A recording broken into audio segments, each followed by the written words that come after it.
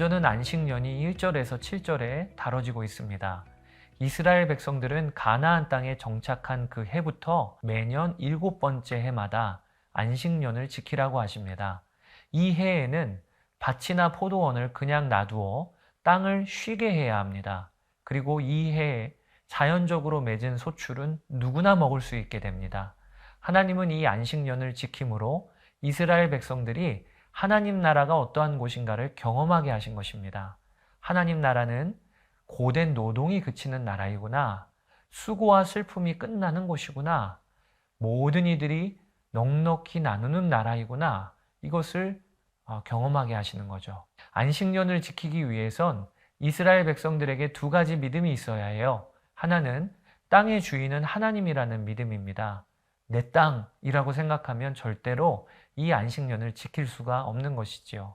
또 하나 필요한 믿음은 땅의 소출이 하나님이 주신 것이라는 믿음입니다. 안식년을 지킬 때 밭이 놀고 있는데 내가 먹을 수 있을까? 이런 염려를 가지고서는 안식년을 보낼 수가 없어요. 나와 내 가족, 우리는 하나님이 먹이신다. 안식년을 지키며 백성들은 하나님께 믿음을 드리게 되는 것입니다. 이어지는 8절에서 55절은 희년에 대한 규례입니다. 참 길게 다뤄지고 있지요. 8절에서 12절은 희년의 일반적 정의이고 13절에서 55절은 세부 규정입니다. 희년은 안식년이 7번 지나고 그리고 그 다음에 그러니까 매년 50년이 되는 해입니다. 이 희년에는 전국에서 뿔나팔이 울려집니다. 그러면서 땅과 사람에게 자유가 공포됩니다. 이 희년에는 먼저 모든 토지가 하나님이 정하여 준 토지의 소유자에게로 다시 돌아갑니다. 여러분, 이스라엘 백성들이 가나안 땅에 들어와서 각 지파별로 그리고 각 가정별로 하나님이 정하여 준 땅으로 거주하게 될 터인데 그 이후에 그들이 경제활동을 하다 보면 땅도 팔게 되고 빚도 지게 되고 할 것이잖아요. 그런데 매번 50년째 해가 되면 희년이 선포되고 팔고 팔린 땅과 사람들이 제자리로 돌아가야 한다는 것입니다. 이제 희년의 세부 규정을 살펴보실까요? 13절에서 17절에는 땅값을 정할 때는 이 희년 후부터 거기서부터 계산하라는 규정입니다. 그리고 18절에서 22절은 희년엔 땅을 쉬게 하라고 말씀하신 하나님이 그때 너희들이 먹을 것을 풍성히 주겠다 하신 약속이 담겨 있습니다. 이스라엘 사람들은 하나님께 이렇게 질문하겠죠. 하나님, 희년을 지키라고 하시면 7번째 안식년을 지키고 그 다음 희년도 지키면 저희는 2년 동안 무엇을 먹습니까? 이에 대해 하나님이 약속을 하시기를 내가 48년째 되는 해에 땅을 명하여 3년 먹을 양식을 너희에게 주겠다 라고 약속을 하세요. 그게 21절이에요. 내가 명령하여 6째 해, 이게 48년째 해를 의미하는 것입니다. 내 복을 너희에게 주어 그 소출이 3년 동안 쓰기에 족하게 하리라. 그러니 우리 하나님은 참 구체적이시고 세밀하시지요. 자, 그 다음 23절에서 28절은 하나님이 주신 토지를 팔았을 경우 어떻게 다시 되찾아올 수 있는지에 대한 규례입니다. 이 단락에 참 중요한 선언이 하나 있습니다. 그것이 토지는 하나님의 것이다 라는 것입니다. 본문은 분명히 말씀을 하세요.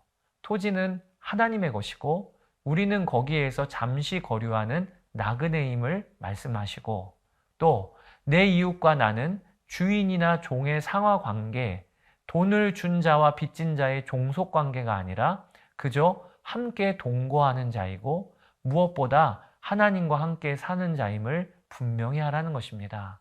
자, 29절에서 34절은 집을 팔 경우 어떻게 물을 수 있는지에 대한 규례입니다. 어떤 사람이 성 내에 있는 집을 팔았을 경우 그 집은 1년 안에 물을 수 있지만 그 이유가 지나면 영구히 그 집을 산 자의 소유가 됩니다. 그러나 성벽이 둘리지 아니한 집의 경우에는 희년이 되면 원주인에게로 돌려보내야 합니다. 여기서 레위 지파의 경우에는 예외 적용이 됩니다.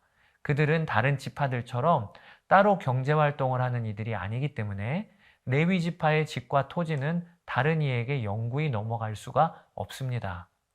35절에서 55절에는 이스라엘 백성들 서로가 종으로 부리지 말고 가난한 자를 도우라고 하세요. 만약에 빚으로 인해 다른 이가 종으로 팔렸어도 그를 동거인과 같이 대우하고 그러다가 희년이 되면 자유인으로 돌려보내라고 하십니다. 또 동족 이스라엘 백성들이 다른 민족에게 종으로 팔리면 그를 속량하기 위해 가족, 친족들이 값을 치러 다시 자유인이 되게 하라고 말씀하십니다. 그러면서 제일 마지막 55절에 하나님이 참 놀라운 선언을 하세요. 내가 왜 이렇게 종으로 팔린 너희 동족을 위해 값을 치루라 말하는지 아느냐? 그것은 너희는 바로 나의 종들이기 때문이다. 이렇게 말씀하십니다. 이스라엘 백성들은 하나님의 것이기 때문에 다른 이의 종으로 팔려가 있는 것을 회복시키라고 하시는 거예요. 이 안식년과 희년은 참 안타깝게도 가나안 땅에 들어가 백성들이 금방 잊어버리고 지키지 않았습니다. 그럴 수밖에 없는 것이 그들이 하나님을 잊고 이방 신들을 따랐기 때문이죠. 만약 이 희년이 지금까지 지켜지고 있다면 그러한 나라는 어떠한 모습이었을까요? 정말 공의와 정의가 배려와 사랑이 넘치는 나라였겠지요. 그러니까 우리가 사는 세상에 유토피아는 다른 곳에서 찾을 것이 아니고 말씀에서 찾아야 하는 것이죠. 우리가 이미 우리에게 주신 하나님의 말씀을 하나하나 순종해 나갈 때부터 이루어지는 것이 바로 하나님의 나라가 되는 것입니다. 이 안식년과 희년은 예수 그리스도의 오심에서 다시 이루어졌습니다. 그분의 백성들은 다 자유를 얻었습니다. 그리고 예수 그리스도의 다시 오심에서 이 안식년과 희년은 완성될 것입니다. 주님이 오시는 그날 완전한 자유 그리고 완전한 축제를 누리게 될 것입니다. 주 예수님 어서 오십시오. 자, 이제 레위기 26장에서 뵙도록 하겠습니다. 감사합니다. 제25장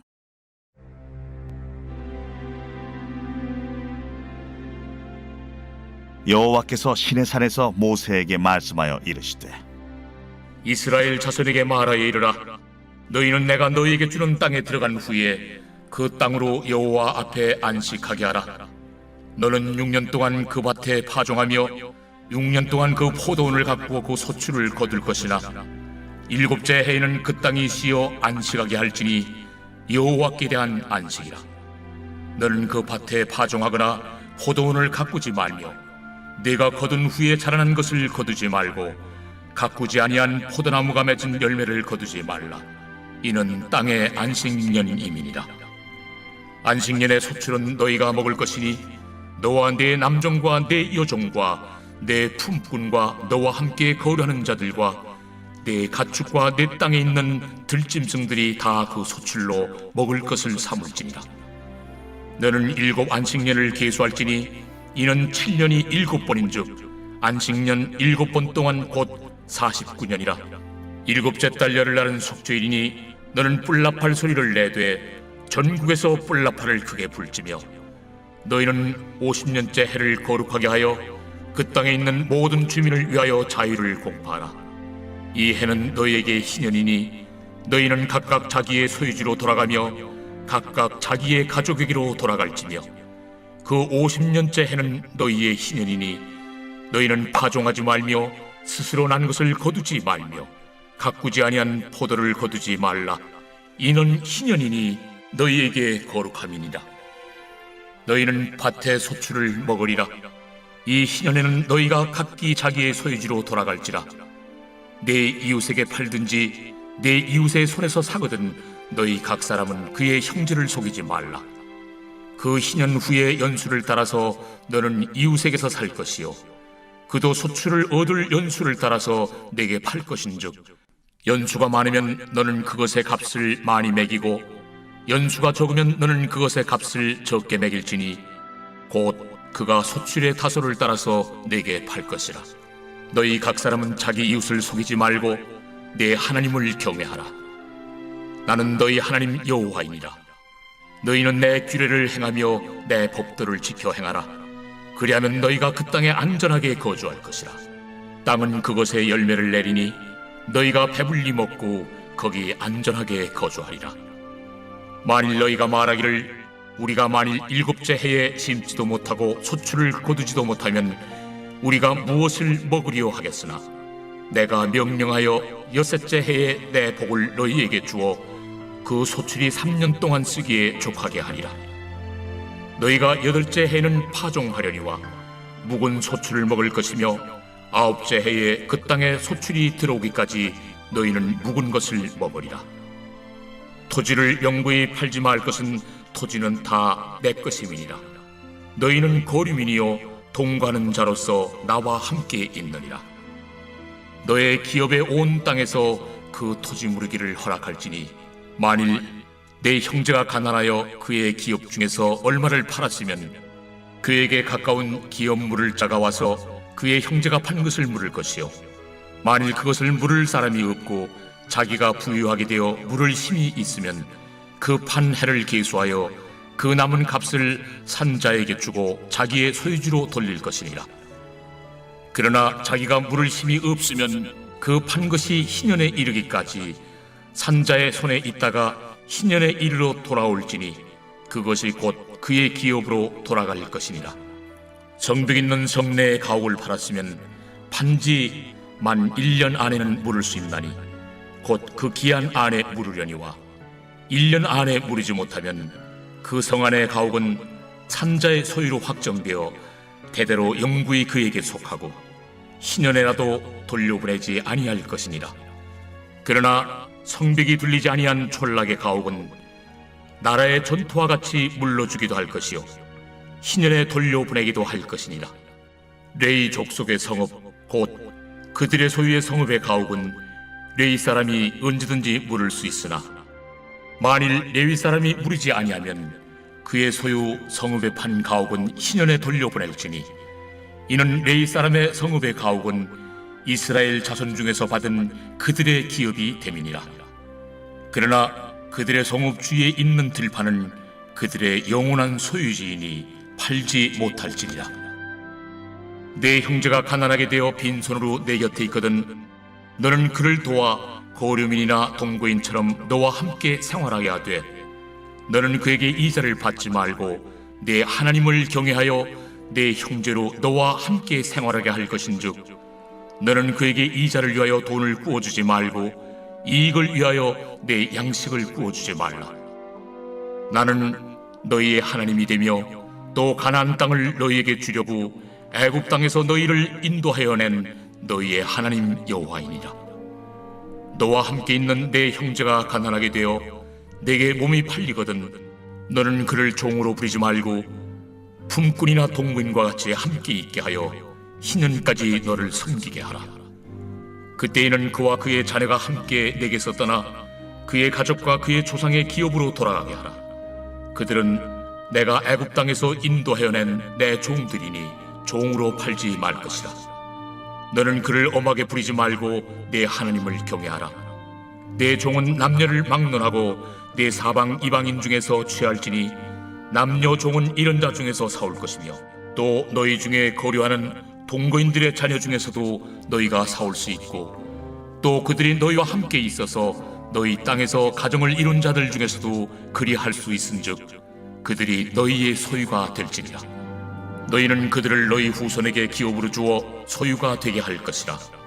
이방인 중에서는 너희가 영원한 종을 삼으려니와 너희 동족 이스라엘 자손은 너희가 피차 엄하게 부리지 말지니라.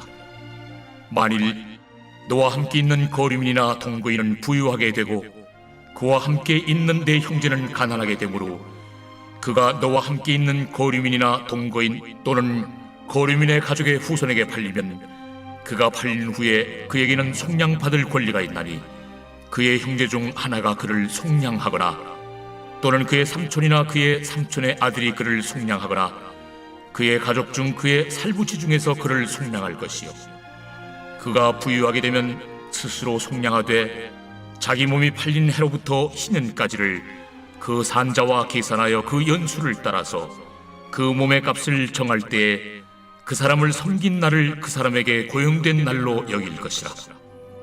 만일 남은 해가 많으면 그 연수대로 팔린 값에서 속량하는 값을 그 사람에게 도로 주고, 만일 희년까지 남은 해가 적으면 그 사람과 계산하여 그 연수대로 속량하는 그 값을 그에게 도로 줄지며, 주인은 그를 매년의 삭군과 같이 여기고 내 목전에서 엄하게 부리지 말지니라.